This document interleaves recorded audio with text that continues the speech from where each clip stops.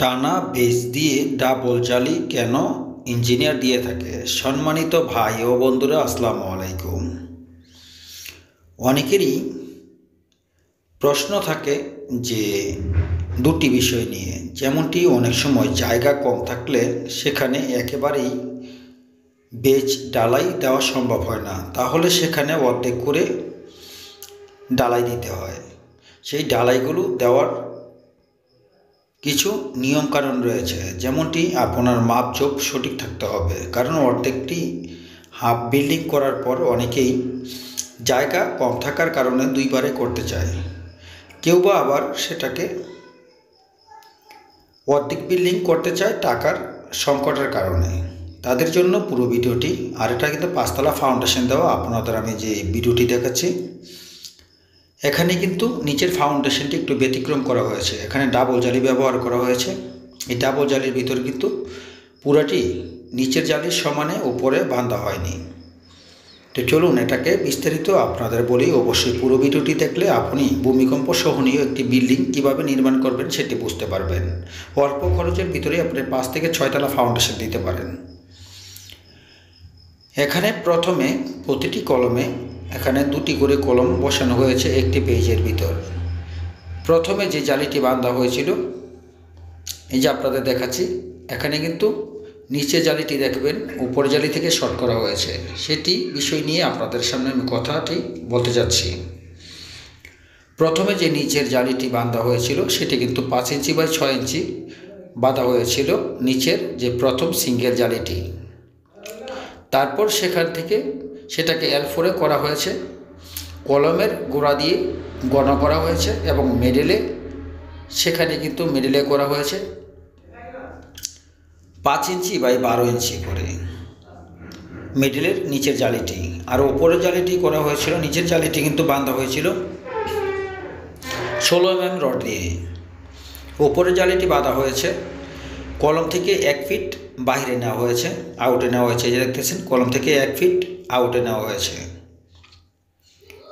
সেখানে কিন্তু উপরের জালিটি বাঁধা হয়েছিল মেইন রড 16 mm রড দিয়ে এবং বাইন্ডারের রড বাঁধা হয়েছিল 12 mm রড দিয়ে।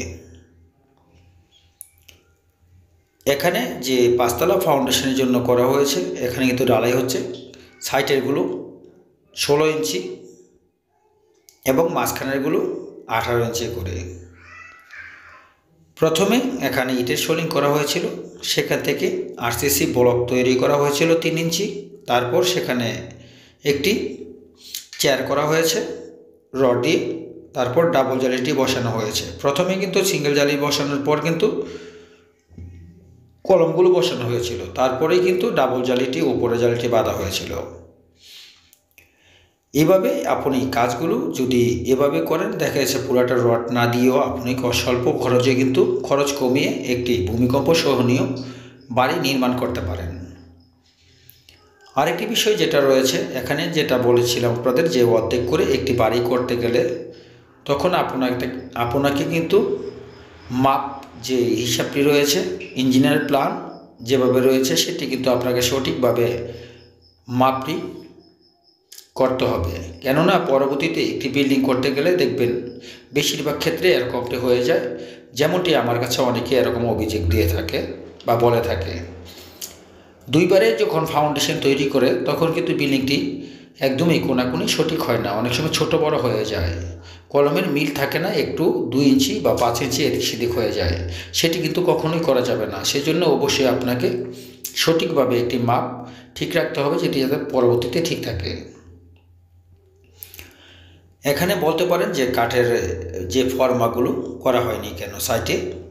এখানে যে সাইটে গর্তগুলো করা হয়েছে, সেই গর্তগুলো কিন্তু একদম অ্যাকুরেটভাবেই করা হয়েছে, অতিরিক্ত কোনো গর্ত করা হয়নি।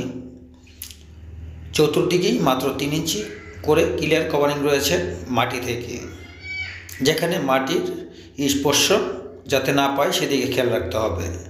কেননা ফাউন্ডেশনের সময় আপনাকে খেয়াল রাখতে হবে নিচে কোথাও যাতে ইটের সোলিং দিয়েছেন সমস্যা নেই, সেখানে RCC ডালাই দিতে পারেন।